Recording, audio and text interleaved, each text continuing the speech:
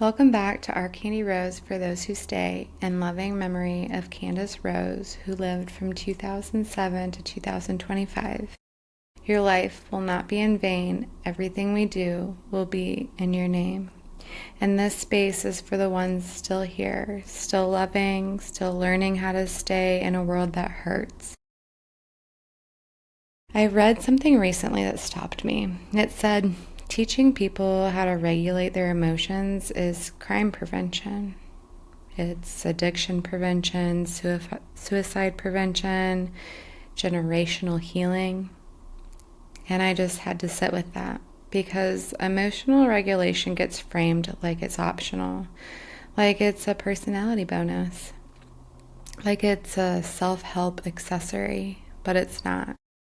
It's survival. And I say that as a nurse, as a veteran, as a mother, as someone who has experienced trauma, as someone who has experienced the death of a child.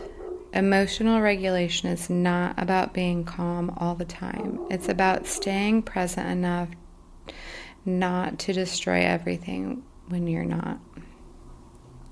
Unregulated pain explodes or it implodes.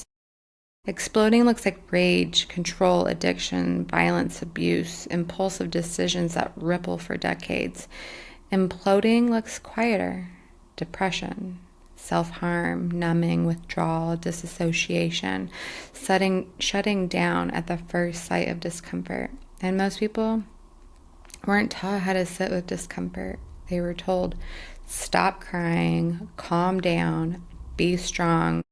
We don't talk about that. Get over it.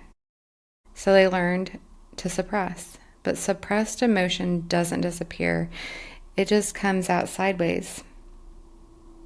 So if we taught children how to name their feelings, if we taught adults how to tolerate discomfort without seeing it as an attack, if accountability didn't automatically trigger shame, we would have fewer broken homes, fewer addiction cycles, fewer violent outbursts, fewer people drowning quietly.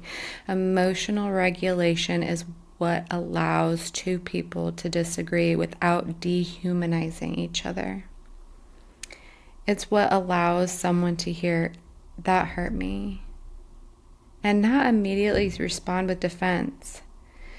It's what allows grief to move without becoming destruction. After Candace died, my nervous system was shattered. And there was no world where that wouldn't be true. Grief is dysregulation at a cellular level. Your body doesn't understand how your child isn't here. But here's what regulation looked like for me. Trying not to pretend I was okay. Trying not to lash out at the people who were trying to love me. Trying not to numb myself into oblivion. It looked like crying, breathing, walking, sitting on my porch in silence, letting waves move through instead of detonating outward. And sometimes I didn't get it right. Regulation isn't perfection, it's practice. Here's the deeper truth. Most adults are operating from younger versions of themselves who were never guided through emotional literacy. So when life hits hard, loss, betrayal, shame, fear, their nervous system thinks it's 5 years old again. And we build entire societies around dysregulated adults. Then we act surprised when we conflict, when conflict becomes violence, when addiction becomes epidemic, when suicide becomes common, when accountability feels like persecution. Emotional education should be basic math. What am I feeling? Where is it in my body? What does it need? Can I stay with it without acting on it immediately? That's power. Real power isn't dominance, it's self-government.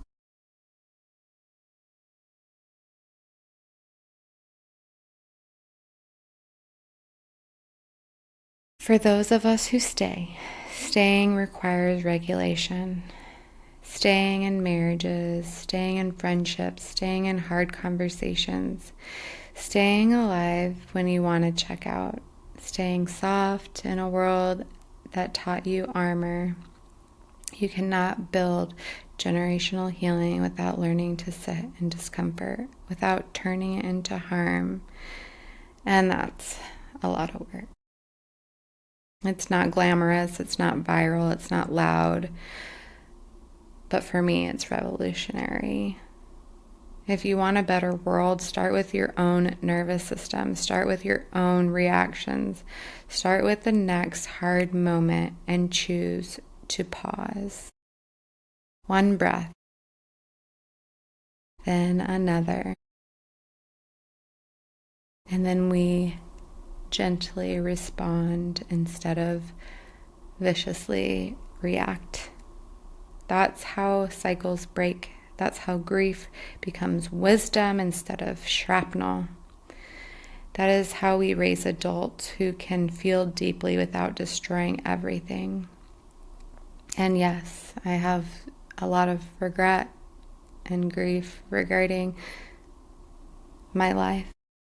And Candace, your life continues to teach me that softness and strength can coexist.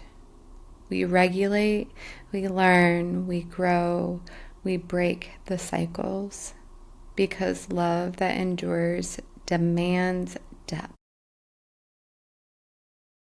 If this resonated with you, share it with someone who's trying to do better, not just feel better. So for those who stay, we remember. Candace Mommy loves you. And Bella Boo too.